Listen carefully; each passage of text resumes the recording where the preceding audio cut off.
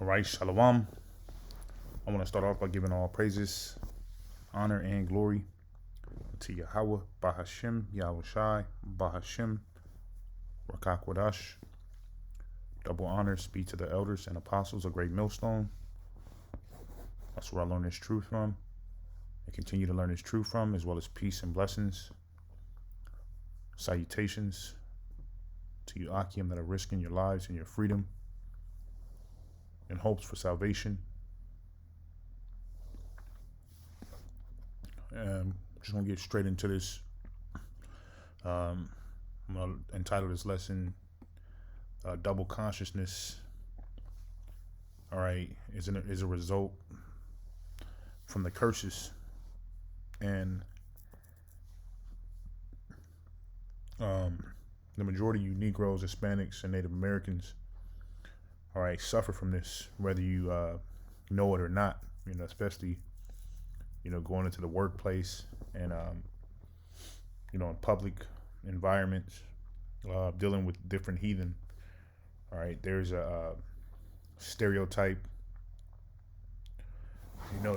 that we try to stay away from, and it's just being in order.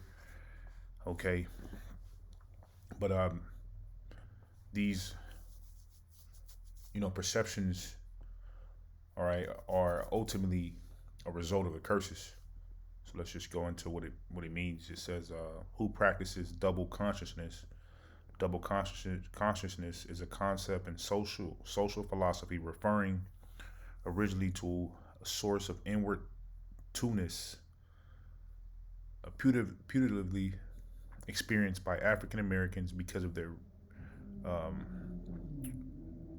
racialized oppression and disvaluation in a white-dominated society.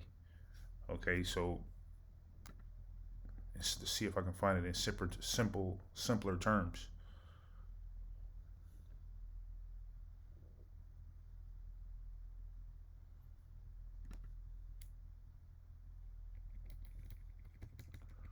It says dual consciousness theory is a controversial neuroscience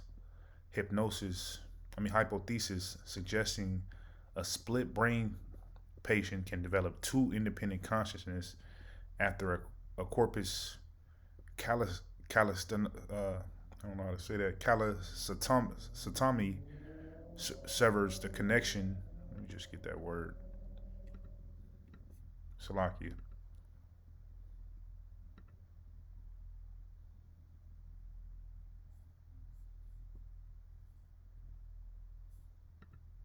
It says severs the connection between the brain's hemispheres. This theory is supported by observations like alien hand syndrome, where a limb acts. That's not what I'm looking for. All right, Salakia for that. This is it. It says examples of double consciousness today include people of color altering their behavior in the workplace to fit predominantly white environments, black individuals feeling pressure to navigate stereotypes in media, social settings, immigrants balancing their cultural identity with a new natural culture, all illustrating the ongoing experience of viewing oneself through one's own eyes and the eyes of a dominant, often prejudiced society. And that's how much of a stronghold this devil and his hatred has on our people, to where they have to, to fit in, especially the rich. They'll go and discontinue from dealing with their family. As soon as they make it, they go get a nose job and start lightening their skin. Speaking in a different tongue. Real proper, eating different. All right, just to avoid being like the rest of our people. Okay, it says social media platforms can create pressure to conform to certain beauty or lifestyle standards, especially for people of color who may see their culture appropriated or misrepresented. And that's what you see on media. You see the people in media, always show our people, fighting in Walmart, the women having multiple baby daddies, which is true. A lot of it is real, incidents. Okay, it says the media portrayals, the persistent portrayal of certain racial groups in limited or stereotypical roles in movies, television can influence how people see themselves and limit their career ambitions. Um, this is, heavily spread across, um, the media and movies, and this is what we have to realize.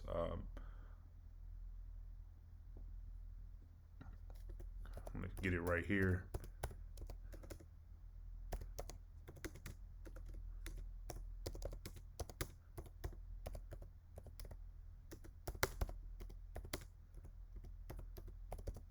Because these devils are the reason why our people are depicted the way that they are. All right, it says while the Pentagon does not directly fund or pay for the production of movies, it provides extensive logistical and material support to films that portray the U.S. military in a positive and accurate light. Um,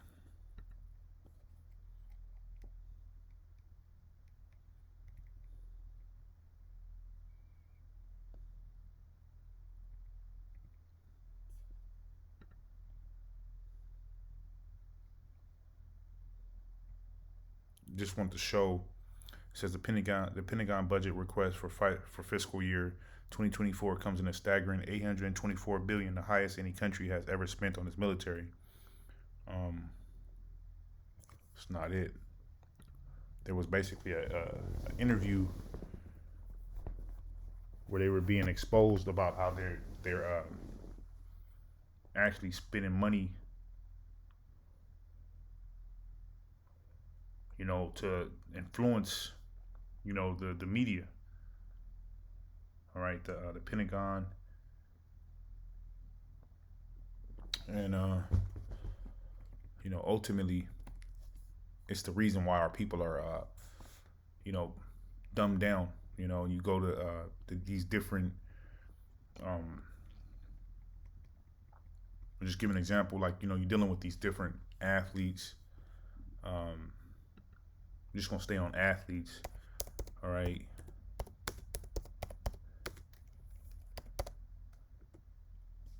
He's the image of being, the American guy. And what does he have? He has a sodomite son that he's trying to, you know, bring to the red carpets and act like this is, the way of life. And this is what the media pushes on our people. Things of this nature. There's the list goes on. Even with actors, you have um, like Marlon Wayans. All right, you have a lot of these different men that are pushing these different agendas. And a clear example is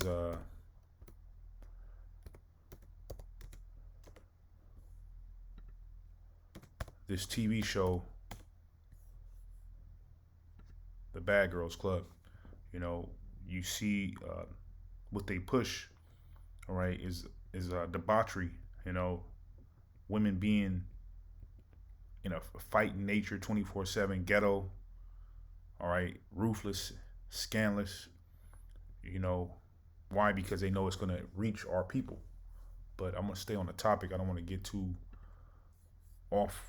What I was going into, because this is a direct root from our curses. While we in this position in the first place. To understand the historical pedigree of that. That is symbolic of the entire history of race and class politics in America. The history of rich white people telling working class and poor white people that their problem are black and brown people. So beginning in the 1600s, that is what happens. Prior to about 1670 or so, there was no such thing as the white race, at least not recognized as such, called as such. That is not what people of European descent were when they were in Europe. They were English, they were Irish, they were Scottish, they were whatever they were. They were not white. Only in the colonies do we become white, and for a very specific reason, because in those early years of the colonial period, where you had white indentured servants, one level above enslaved themselves, and you had African descended folks, some of them enslaved for life, others indentured servants also in the earliest years of the colonies. those people would often see their interests as being common. They all realized that they were being screwed over by the same landowners, the same elite. They fomented various rebellions like Bacon's Rebellion in Virginia, others as well. And as a result, the elite in the colonies realized that they had to figure out a way to get the other folks from Europe on their team. So they created this mentality that said, you're now a member of the white race. You're on our team. You're wearing our uniform. Now you're at the end of the bench. You may not get in the game, but you're on our team, you see. And that was one of the tools that they used by making themselves seem pure. You know, when you go into that word white, all right, it's focus. Its focus is pure, being pure, and black is being dark. You know, one of the the worst terms you can be called, right, was using these social constructs on our people.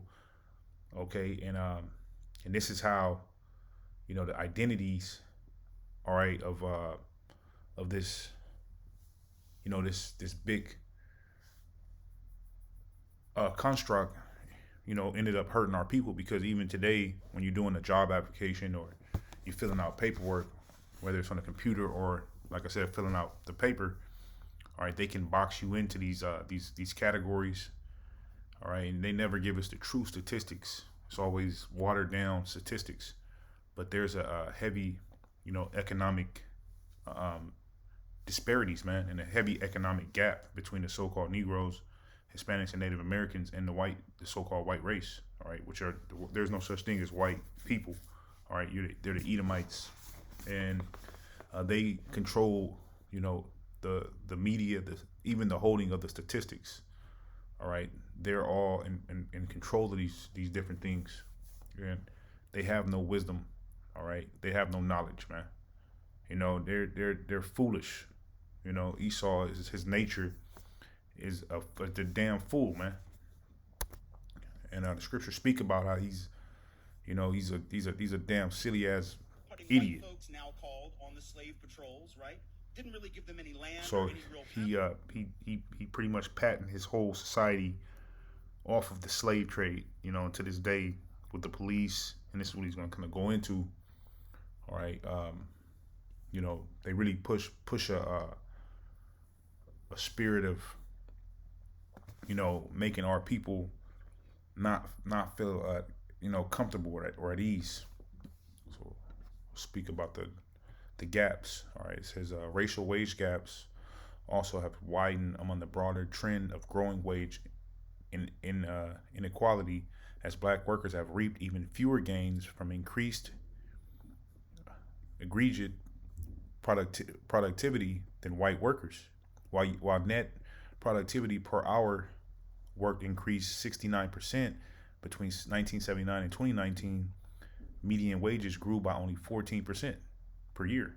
All right, so they keep us, working harder and making nothing. It says the economic theories most often invoked to explain observed racial differentials in labor market outcomes are human capital theory, taste-based models of discrimination, and statistical models of discrimination. All right, so this is how they do. All right, our people, man, they make sure that we can never, all right, reach the heights that they'll reach, and we're the reason why we can't, because we're lazy. This is the narratives that they push. All right, you go into a job place, and specifically over here, all right, you're not, on the West Coast, you're mainly dealing with Issachar, all right, as the leading, race in employment, as far as being in management, just local low level management. And they're in the same spirit as Esau, man. Most of you so-called Mexicans are bootlicking, want to knock off Edomites, man. And to work for a damn so-called Mexican is like, it's like they put hell on you, man. If you let them, these so-called Mexican bosses, take a little bit of power they get, and it goes to their head, because they're trying to be the so-called white man. So they're in that same spirit. All right, it says in 2019, the typical median black worker earned 24.24% less per hour than the typical white worker. This is an even larger wage gap than in 1979 when it was 16.4%. All right, so this this is example of white privilege being real, man. And that weighing in on the people. All right, and ultimately, all of this is the white supremacy. This devil wants to seem as if he's perfect, and everyone else started off like they started off, and we can get it like they can. you know Meanwhile, we went through the slave trade. We're not compensated. All right, and they're telling us to get over it. That's old. It's a new world. Everybody can win, but you see these gaps. All right, and again, the Lord, He set this up. All right, this is Lamentations 1:5. Her adversaries are the chief, and anywhere you go, like I said, into the labor field, you'll see the heathen advancing, on top. All right, doing it like it's a layup. It's nothing. All right, in ownership, leadership roles, management roles, CFO, CEO. All right, it says her enemies prosper, for the Lord Yahweh Bashim Yahushai have afflicted her for the multitude of her transgressions. Her children are gone into captivity before the enemy, and scriptures also speak about how we're going to be in these dire straits. All right, so there's a reason behind it. It's not just this devil keeping his foot on our neck. Okay, it's definitely a reason. She kind of goes into this author, which I just bought a book from him, W.E.B. Du Bois. That individuals experiencing double consciousness might censor or alter their behaviors, self-expression, and speech to conform to societal expectations, often to the expense of their authentic selves. By talking about our experiences with double consciousness and the prejudices that we encounter, we not only promote empathy, but healing. I challenge you to embark on a journey of self-discovery and express your authentic self in everyday environments, including. And we, brothers in the truth, we know how to play the part, when you're dealing with Esau, but at the end of the day, it's not an internal battle, because the Heavenly Father has given us an identity, the identity that he had taken away from us. We're giving us this truth. He's given us a sense of an identity, not a sense, but he's given us an identity of knowing who we are. But for so long, we didn't know who we were. We just walked around trying to be the so-called white man. And that's what our people still have a problem with today. They want to be Esau, man. I see it all the time, especially you so-called Negroes that live in the suburbs, man. You got your pants all up your ass, your legs crossed like a damn woman. It's nothing wrong with having vocabulary, but you're trying to talk like the so-called white man, dress like the so-called white man. You got the gig, Jack, not you. Them Jake's getting on my damn nerves. The system of enslavement was in the long run against the class interest of working class white folks, but they got suckered. Same thing happened in the union movement. You had white labor union folks who didn't want black and brown bodies in their union because it would reduce the professionalism of the craft. No, fool, it'll double the size of your union. And then when you go out on strike, they can't replace your happy ass with the brown folk that you didn't want next to you in the first place. Because when they do replace you with them, then you will blame them, not the elite. See how that? And, over at my job, I have a Issacharite boss who recently told our other boss that I came to work dirty. My clothes was clean, but I have my beard obviously, and he told me I'm supposed to go to work clean. So these heathen have done a number on our people, man. Our people are through. They think because you have no chin hairs, no facial hair, that you're clean, you're neat. All right, when our nature is to have a beard, man. But the Lord is gonna start bringing forth these judgments heavier. I expect the Heavenly Father to place a heavier, restraint on you, you Northern Kingdom Israelites.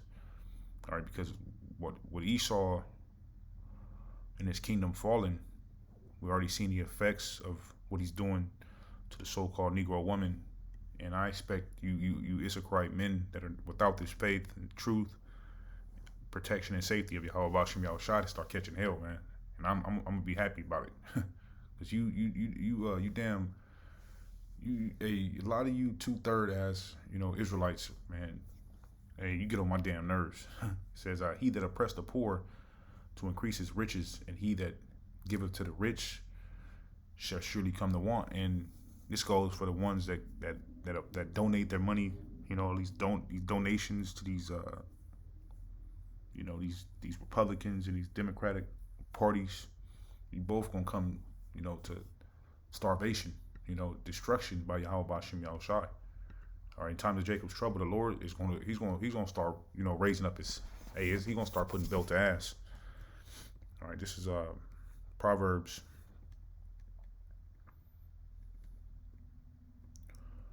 Hey, we don't take it personal at all. All right, this is Proverbs 29 and verse 27. It says, "An unjust man is an abomination to the just, and he that is upright in the way is an abomination to the wicked." And this is why, shit like this grinds our gears when we see, these behaviors, these double-minded men, all right, that are without the wisdom, knowledge, and understanding of Yahweh Bashim Yahushai, man. I really want to damn near go upside some of these Jake's heads, man. I don't, obviously, but hey, jobs come and go, so I don't really stress. As the scriptures say, life doesn't consist in the abundance of our possessions. But seeing how our people are, man, dealing with our people, you need patience before you damn near go upside. I ain't even gonna speak on that, but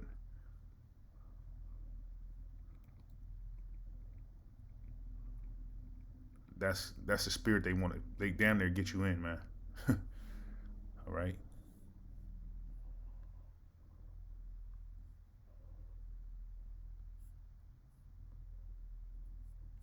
Yeah, I think that's it on that. Through the spirit, I just wanted to kind of pull out some scriptures and speak on, as obviously the Deuteronomy, the 28th chapter, goes into it, all throughout the Old Testament and New, as to why we're placed in this state, but our enemies, it's loud and clear, man. They're on top. The Lord is shaking them up right now, and we're gonna be out of this kingdom pretty soon. The Lord's gonna cause a famine, he's gonna cause a lack of bread, a lack of work, and it's gonna be ultimately through these devils, their own plans, what they're manufactured, famine, what they're doing into these communities. Okay, by trying to replace man with the machine, the Lord is going to confound all of their devices, as it was prophesied. All right, so with that, I want to give all praises, honor, and glory to Yahweh Ba'Shem Yahushai Ba'Shem Rakakwadash.